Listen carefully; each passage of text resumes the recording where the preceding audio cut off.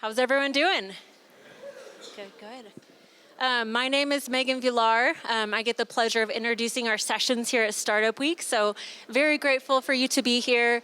This is our second to last session of the day, and then I do hope you join for happy hours. I know there's quite a few going on today, so please come, continue to network. I know you're going to learn something from these incredible leaders up here, and then just say hello to your neighbor and continue just embracing the essence of Startup Week. So I'm very excited to introduce our next session around building a thriving culture. Our two speakers are Christine Hernandez and Taylor Thomas. So please welcome them to the stage.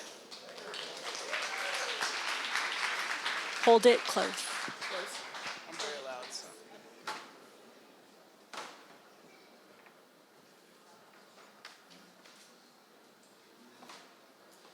Hey everyone, how's it going? Thanks for joining us. We'll go ahead and dive in so we can maximize you guys' time. I'll start by saying thanks to Denver Startup Week. We've been a part of this week for several years. We've had the opportunity to speak at this event for several years, and we're super grateful. So just want to say thanks to the volunteers and the coordinators and all of you. It's great to be a part of everything that's going on and just feed off of this energy. So I want to lead with saying thank you. My name's Taylor Thomas. I'm one of the founders of Impact Initiative, and we are super excited to talk about difficult conversations today. It's one of our favorite things. Before we dive into that, I'm going to introduce or let my co-founder introduce herself, and then we'll get to it. Yeah, I'm Christine Hernandez, and this is one of my favorite conversations. Are you on? Maybe? Okay. There we go. If you guys can't hear me, let me know. I can just drop this. I'm really loud, so I could probably just do better without this. We're going to be talking about how to build a thriving culture through difficult conversations. And before we get into that, I want to take a second just to share our why about why this is important. Because it seems like on the surface, this may be something that we might not want to dive into, or it's not super important, or maybe we could just skirt around it. I promise you by the end of this, you won't feel that way. But we're going to share our whys, and these are lessons that were hard learned and hard fought, and so it's important to us for you guys to understand why this is something we're passionate about. So for me, the why behind this is because I believe in people. For me, people are what is most important about business. I think businesses have a responsibility to create environments where people thrive, over and above all of the metrics that we measure and the money and the exits and the VC and all the great things that businesses do. People are what matters, right? If we don't have great people, businesses don't move. And for me, people are why I show up and do business. It's why I'm an entrepreneur. It's why I continue to found companies. It's why I do the work that I do, and I think that responsibility is something that I take very seriously. And I believe that businesses, again, are there to create an environment where people thrive. They know that they're trusted, they have autonomy. And above all else, one of my core principles is that I know that people want to show up and do great work. Businesses have to create a space that supports that. And so communication is one of the primary mechanisms that we have at our disposal to create an environment where people are able to do that great work. So we're going to get into tactics of that today. We're going to get really granular and give you guys some really specific tools. There's a few things that you guys can walk away with, or what you can expect to leave today with. One is we're going to change the narrative on what a difficult conversation is. So we're going to reframe that. We're going to give you a really clear understanding of how communication actually builds a good team culture. We're going to give you really tactical tools on what it looks like to approach a difficult conversation in a way that's actually meaningful. We're going to do some real-time facilitation, so we're actually going to work through some of these things, some of the things that are no doubt probably on you guys' mind in real time. And then you're going to have the ability to walk away. You're going to walk away with something you can implement tomorrow. So one of Christine and I's real kind of primary goals is that we want this to be something you can take action on. Everything we do, I always say, like, that's great, but like, what do I do Monday morning, right? You need to be able to implement it into your businesses, into your teams, into your leadership strategies so that it actually moves the needle. And so that's where we're going to head. And you guys will end, we'll end this with something you can actually sink your teeth into. I'm going to let Christine share her why so you guys get some more context, and then we're going to rock and roll. Awesome. Well, my why is I opened my first couple companies in my 20s. I hit the ground running, and no one teaches you how to be a good leader. And I really messed it up. Like, talk about screwed it up. I ran in and was very aggressive in difficult conversations. I was one of those people that's like, I'm great at this. I rock at this. And then I had high turnover, and nobody wanted to have the difficult conversations with me. So I'm passionate about this because I freaking sucked at it for about the first decade of my career. And then at Impact Initiative, that's a huge part of our why, because we have spent the last decade researching, how do you do this well? How do you communicate with your people? How do you overcome turnover? Because we have to have people. And the narratives, like young people don't want to work and boomers are outdated and they don't listen, they just don't work. That might be the truth and that might be the narrative, but if you don't fix it as a leader, you're screwed, just like I was. So this conversation is something people are like, you love conflict. I don't love conflict. I love what we get when we move through conflict. And that's why I love this conversation, because it changes the way that people get to be valued at work, and it changes the way that our people get to show up in their jobs, and it changes our bottom line. At the end of the day, we're here to make money, and if you don't have the people to do the jobs that are in your organization, you're not making any money. And there's been so many amazing organizations within the last 5 years that have closed because they don't have the people they need to run their businesses. So we have to change this narrative. And that's exactly what we're gonna do today. Oh, let's see. You might have lost it. Can I get a slide change? So let's go ahead and hop in. So let's talk about what is a difficult conversation. When Taylor and I started unpacking this and we're looking at some of our turnover in another company, we're like, what is a hard conversation? Why is this so difficult? Well, a hard conversation is literally just something that has conflict in it, right? We're on one side of the table, our employee is on the other, or another team member is on the other side of the table, and there's conflict in the middle of it. So with a raise of hands, I wanna see who enjoys these conversations. Anyone? Okay, we got one. Awesome. Two. All right, why, since there's just a few, why do you enjoy them? Because you address the issues head on. Perfect. Love it. Okay, great. That's a great answer. Different opinions are important, right?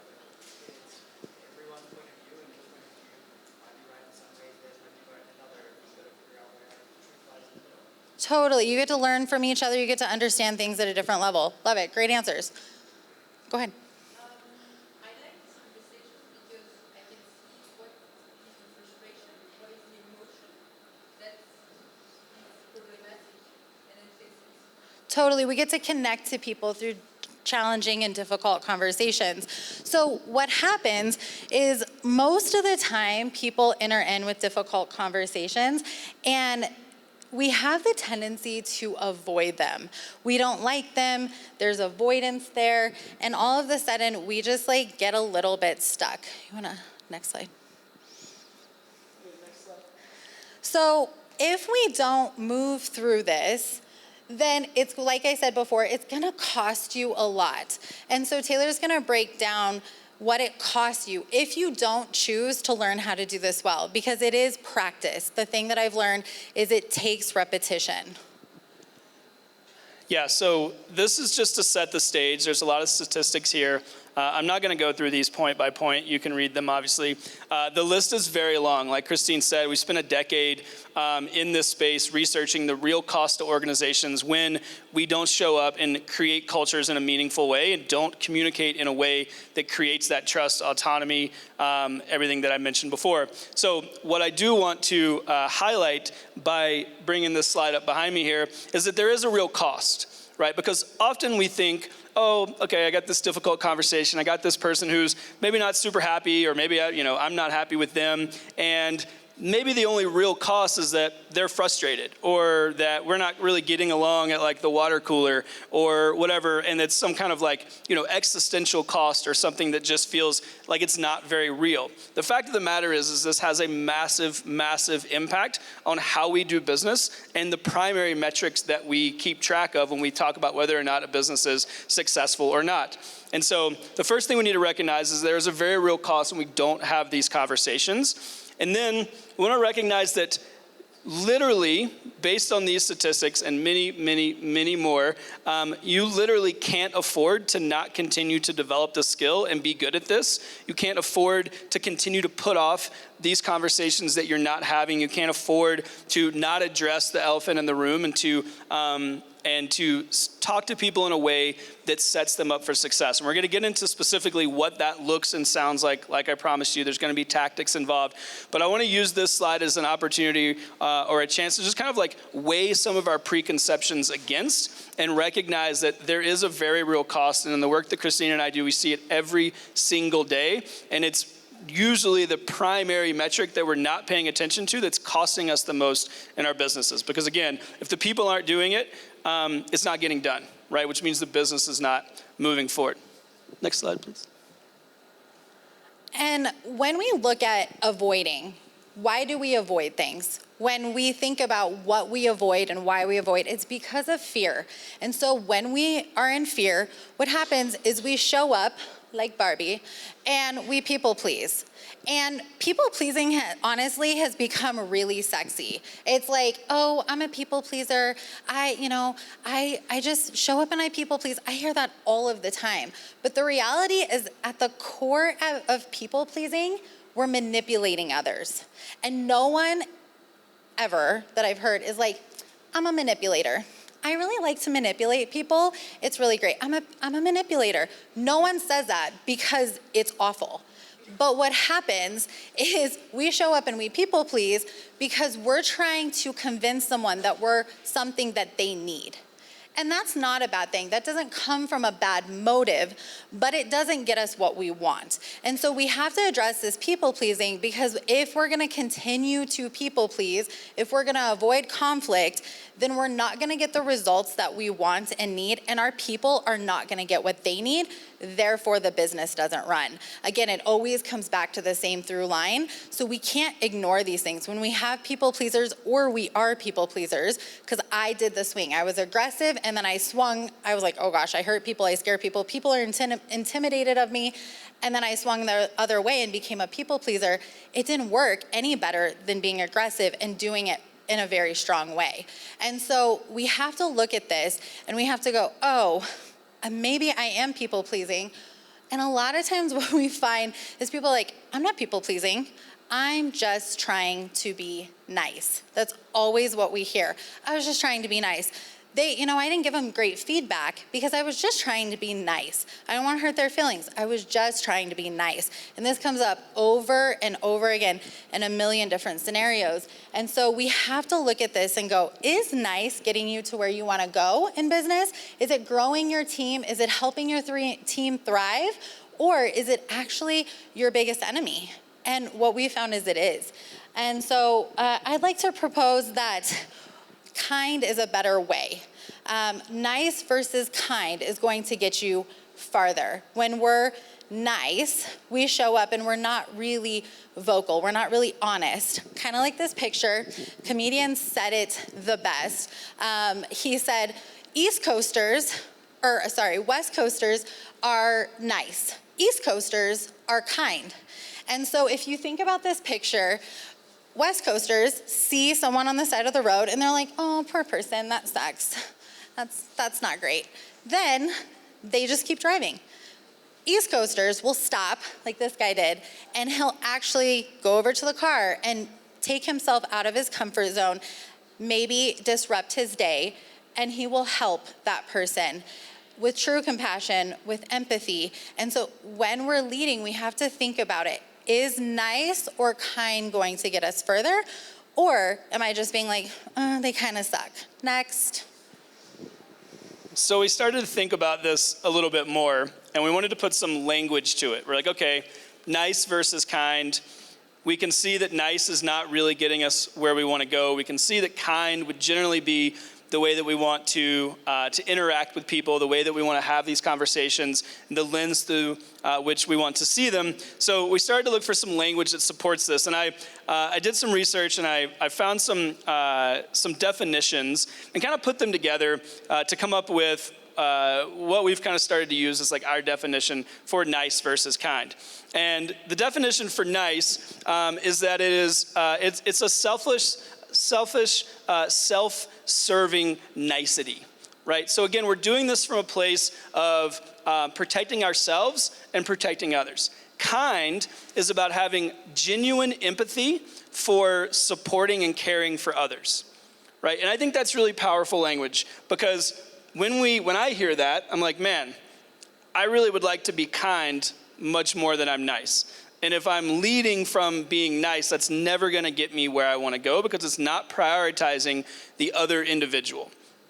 And so what we've really now come to is that recognizing that being nice is killing your business and it's killing your team, right? Because being nice is this kind of like surface level pleasantry that's like, okay, I'm just going to try to do this so that I can get through it and move to the other side. And it doesn't really prioritize growth. It doesn't prioritize what that other individual needs or individuals. And there is a massive opportunity for growth when we think about kindness versus nice. And so we're going to start to dig into some real granular components of what this actually means, language that supports that, and the tactical pieces here. But as we think about kind, can you go to the next slide, please?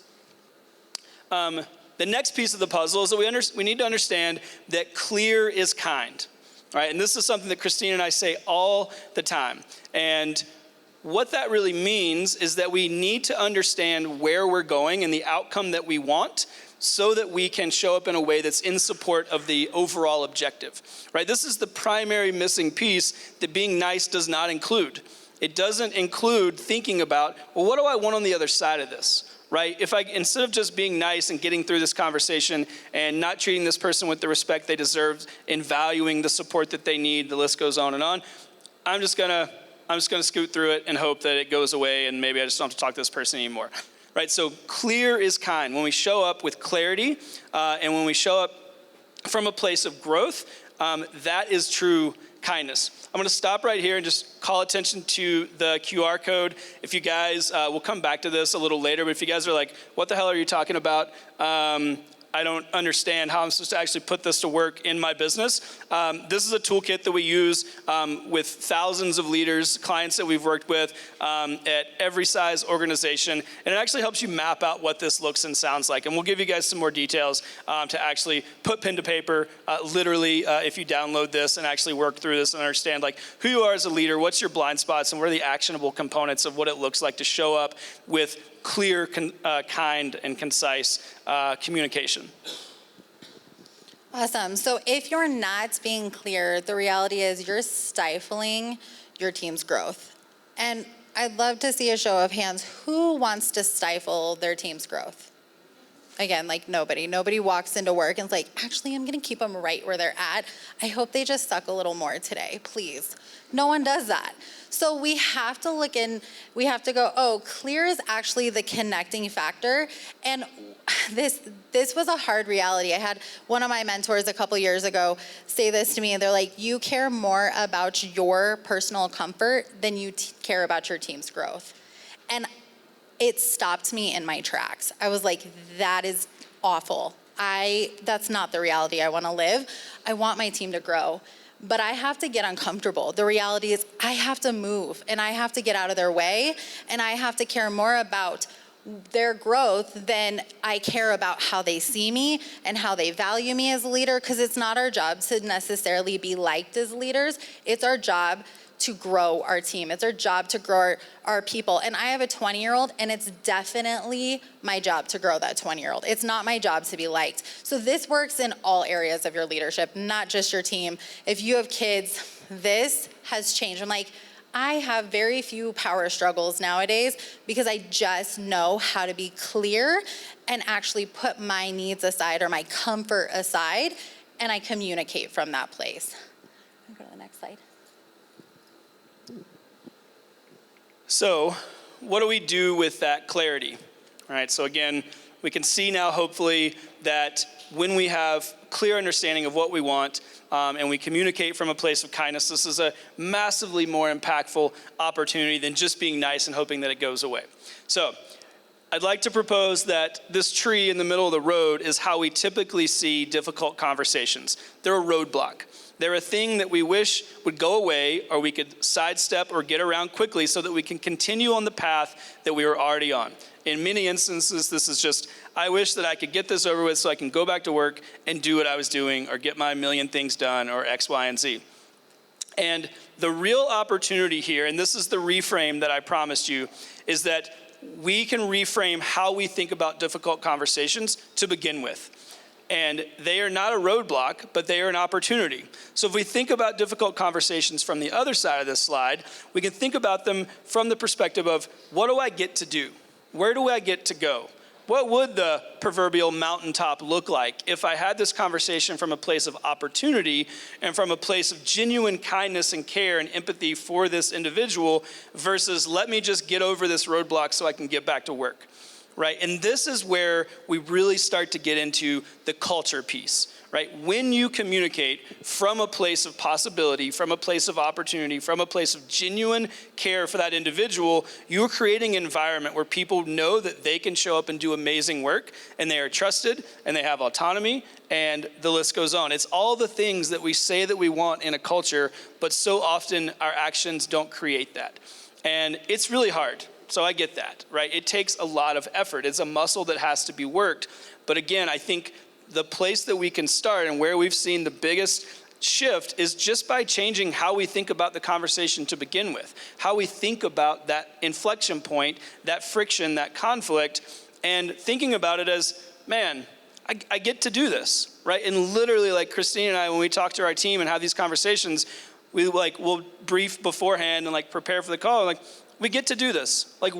Seriously, how amazing that this person came to us, told us what they need, and we get the opportunity to show up in a support, from a place of support and listen to this person and help them solve their problems and understand what growth looks like. So it's not a roadblock, it's an opportunity. And I think if you walk away from this talk with nothing else, that's the biggest piece, because that's going to dramatically change how you think about this as a construct and how you think about this as a part of your daily life, because it's not if but when, right? And it has nothing to do with the quality of people or the age of the people or all. This is the human condition, right? There's always going to be things that happen. That's okay. People just need to be heard. And so again, if we think about it not from a place of it being a roadblock, but from a place of opportunity, there is a massive opportunity for change there, both in how we show up from a leadership perspective, but also in the growth and the culture that is created on the other side of that conversation. So. And one of the mantras that I've used with that slide specifically, or that point, is my goal with each one of our employees or each one of the people that come into our organization is I want to return them back to the world better than I found them. I want to see them grow. And so I stop just looking at metrics and I go, how can I actually help this person, even if they stay here for 3 months, 6 months, 60 years, it doesn't matter. I want to return them back to the world better than I found them.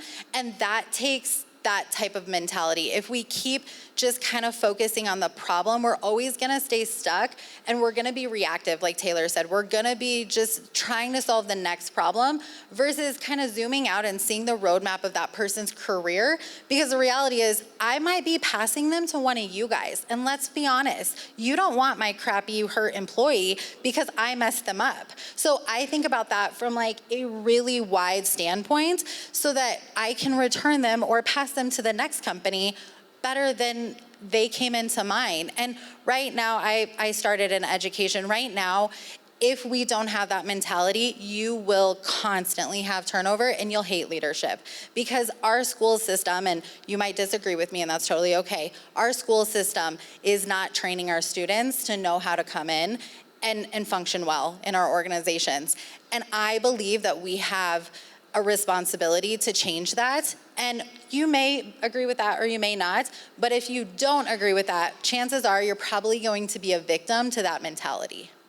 So let's go ahead and talk a little bit more about how this works on a day-to-day. So what I have found working with leaders who are trying to have hard conversations every single day is new employee comes in, or person comes in, or child comes in, and we have all of these little small things. She didn't show up. I know she's getting ready for her wedding, so that's probably why she was late. She kind of wasn't great at that project. Okay, well, she hasn't done it before. I probably need to take more leadership. So you don't address these little things, and they start to just build up and build up. And what happens is actually less about that person initially, and it's more about us. We start to build resentment. And maybe you're an angel, but I am not. I start getting very resentful, and eventually I get frustrated. Then I communicate from that place. And once I'm communicating from that place, the person's already frustrated because they probably know they're not doing a great job. There's shame involved because they're human. And then we're just catching each other. We're triggering each other. And what happens is then they leave, or they have crappy customer service. I wonder why. So we just have a tendency to let these little things build up, again, because we're trying to be nice, or they have something going on. And so I don't let it fly. I address it, not from an aggressive place, but I'm like, hey, I noticed that some of your work has changed. Are you okay? What's going on? How can we help you succeed? You can have these conversations from the top of the mountaintop, not calling them out like you're screwing it up, because that doesn't work. I've tried it, I promise. But then on the other side, when we have to have the bigger conversations, the things like a couple weeks ago in one of my companies, we had someone ruin a $50,000 couch, and they knew better. And you're like, okay, this is fun, right? All of a sudden you're like, there's money involved here. Well, if I did the little things well, and I built that muscle, and I kept working that muscle, all of a sudden I have the ability to have the big conversation from a place of repetition, muscle memory. It's just the same. If you go to the gym, you know if you go, you're gonna have form. You're gonna be able to do it with your eyes closed. Leadership is no different. If you do the little things, you're going to be able to do the big things better, and it's not gonna feel as hard. So I'd like to say, how you do one thing is literally how you typically do everything. So if we're not taking responsibility in those small conversations and leading consistently, chances are you're not gonna be prepared for the big stuff, and your employee isn't either. Because when you come out of the gates with a big conversation, they're like, oh gosh, and then there's fear, and then you have to break that down the next time. So it's just a cycle that kind of never stops if you don't address this stuff consistently.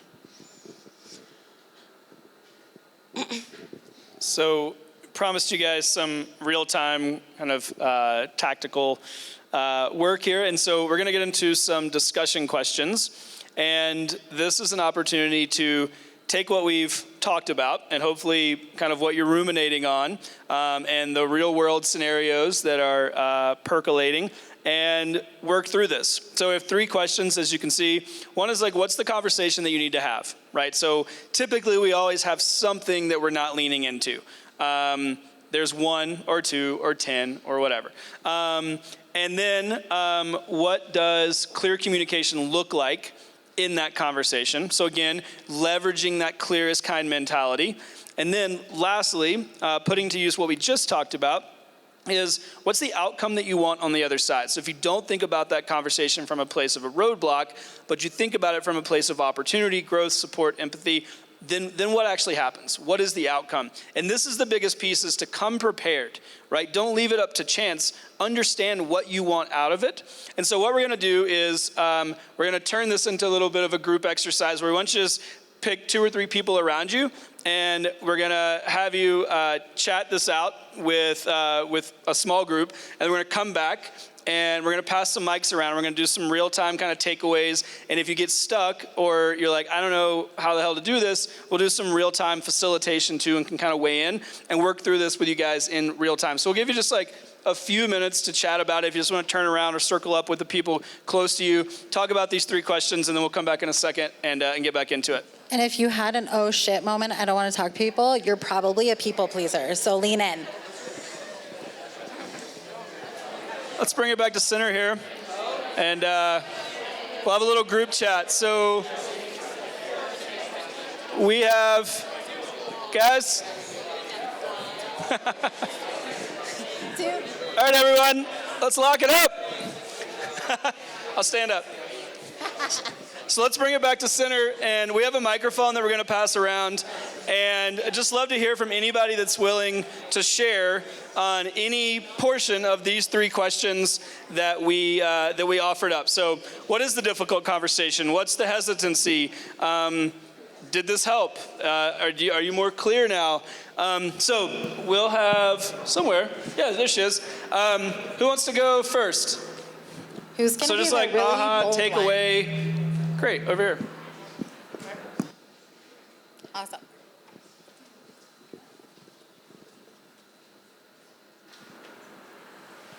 Hello, thank you for organizing this, and we all appreciate it, firstly. So this relates really well to my current situation. So I've been having, for context, my business is in Europe. I'm here for potential investment and looking for potential partnerships. And for one of my businesses, a few performers on my teams are doing great, and a few performers on my team are doing very poorly.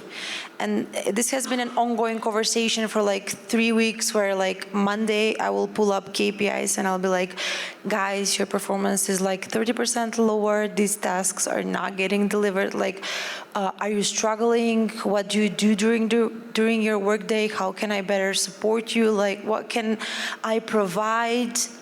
And I've tried like buying AI caption tools, schedules for social media management, getting training, and every week I get the same response of like, and I don't know, maybe this is like, I get this only with Gen Z, I don't get this with older employees, where it's like, I'll get it done. And it's like, we are remote first, so they don't have a location tied to it, they really have freedom and they really have support. So like, what is the best step to approach this, where I address that it's been 2 months, and then it's either you pick up the slack and the work tomorrow, or you just, I need to find someone else to replace you, because I cannot be doing 7 people's work while I am not on the continent and I'm in a different time zone, and you're like not doing it, and you're telling me it's gonna get done.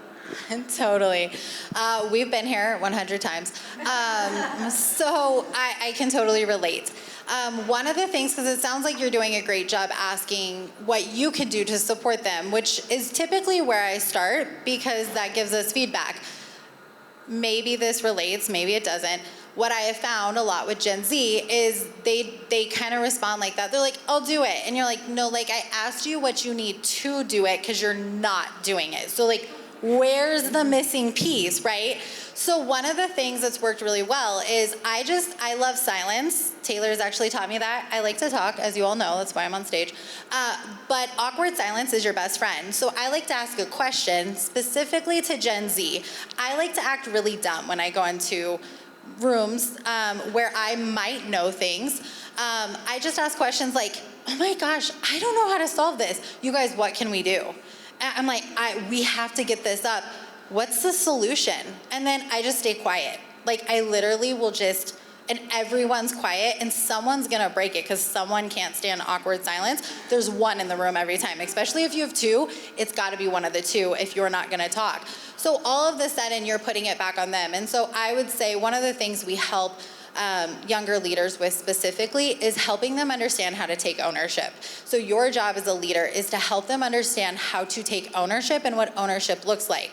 Now, if you're coming in and just only asking support questions, which are great questions initially, they're not gonna take ownership, and then you're doing it, because you're like, I can't do everybody's job. I can't do a million things. Now they know if they don't do it, you will. So you're creating negative feedback loops for them. And the thing that is important to understand is that these guys are coming in, most of them, not everyone, are coming in with extreme shame issues. I'll say that. There are challenges with shame. So when they don't do something because of how they've learned in the past, they start to panic. You can see it. All of a sudden, there's no connection point, and they just don't know how to pass that. So the only thing we can do is we can build confidence in them, which overcomes shame. You can only do that through achieving great things. And everybody wants to have solutions for shame. Everybody wants to have solutions. We can talk about it. We can go to therapy and counseling on all that stuff. As an organization, we can crush it if we teach them how to produce and do and achieve great things. So you have an opportunity and you can make or break these leaders in your organization. And I have a feeling that you're smart and you're caring, I can tell. Just ask them questions and make them figure it out and let them fail. That's one of the things that I wish I would have learned a long time ago. It's okay for our kids to fail. It's okay for our employees to fail. Let them fail. Let them fail on the things that are small, not costing you $50,000, but let them fail. Let them fail in the small things, and then teach them how to pick up the pieces. Come beside them and show them that you're not going to chop them. You're not going to, shame them. You're not going to do anything crazy, and then teach them how they could have done it better the next time. And it takes time. And as someone who's raising capital, you're tight on that, I'm sure, but it'll save you time later. So just have that mindset. Does that help? It does. Great job. Thank you for sharing and being bold, the first one. So on the second one there, with what does communication look like? To me, it's just transparency, honesty, and setting very clear goals. It's making sure that they 100%. know what is expected and what are the expectations. 100%. Again, clarity is kind, right? Clear is kind. So you're totally right. Those things are very important. If we have very clear metrics and our employees are engaged, they're connected to those metrics, they understand, especially in startup organizations, they have to understand that if we don't hit these goals, it could cost us the business. And so letting them into some of those very true factors, I think is important. I'm super transparent with our employees, and I think that actually helps them understand how to make an impact, that they're important and their job is valuable. So thank you for that feedback. That's super great. Anyone else stuck or had an aha that you're going to take back? All right, Becca, I said if there was no one else, you get to give something. Becca is on our team, and she's amazing. And she has so much wisdom. Can I put you on the spot? She's shaking. Okay, great. Oh, here we go. So I told these two beforehand, what I've been thinking about is I recently started working at a store that sells food just for some fun. And there is super high turnover there. And I'm coming in and I can see many reasons that don't have to do with just we have to hit the big corporate metrics, but just have to do with how we go about expressing that and making it happen. But with, the leaders that I would talk to about that, I don't know if I want to spend my energy on a difficult conversation, because what is that even going to do? So some of what I've been thinking about is I don't love having difficult conversations. I'm very well equipped for them. But when do I want to just decide I'm not going to do that? It's not worth my time or energy. Yeah. Which feels a very judgy thing to say, which is why I debate it in my mind. Did you have a... I'm in a situation like that right now, very similar. We should have you share your situation now. Yeah. So I just resigned as the engineering manager at the company I'm currently at. Gave them 2 weeks notice on Monday. Okay. I also have an underperformer on the team who I've given repeated feedback to. He would be the lowest one if the company were to do layoffs, the most likely to be laid off. And I'm trying to figure out if it's worth broaching that topic with him in our final one-on-one as I'm leaving, to try and give him the feedback that I see could help him grow. But I don't know if he's going to listen to it.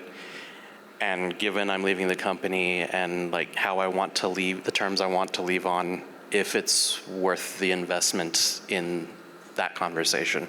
Totally. Yeah, that's a great, there's a lot there, and I appreciate you sharing.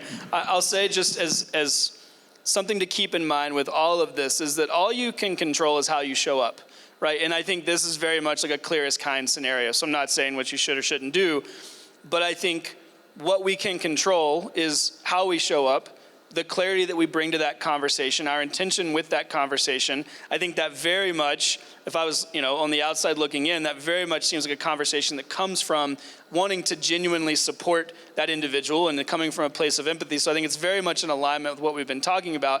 And then what that individual does with that information is entirely up to them. And that's very much in alignment with your point as well, right? Like, we can show up, we can be clear, and then there is a point at which if that person chooses not to act on that information, then certainly in an organization, there's any number of ramifications, whether it's your example or, this woman who was talking, with your team. So I think that's something to just continually remember, is that, like, we control our communication.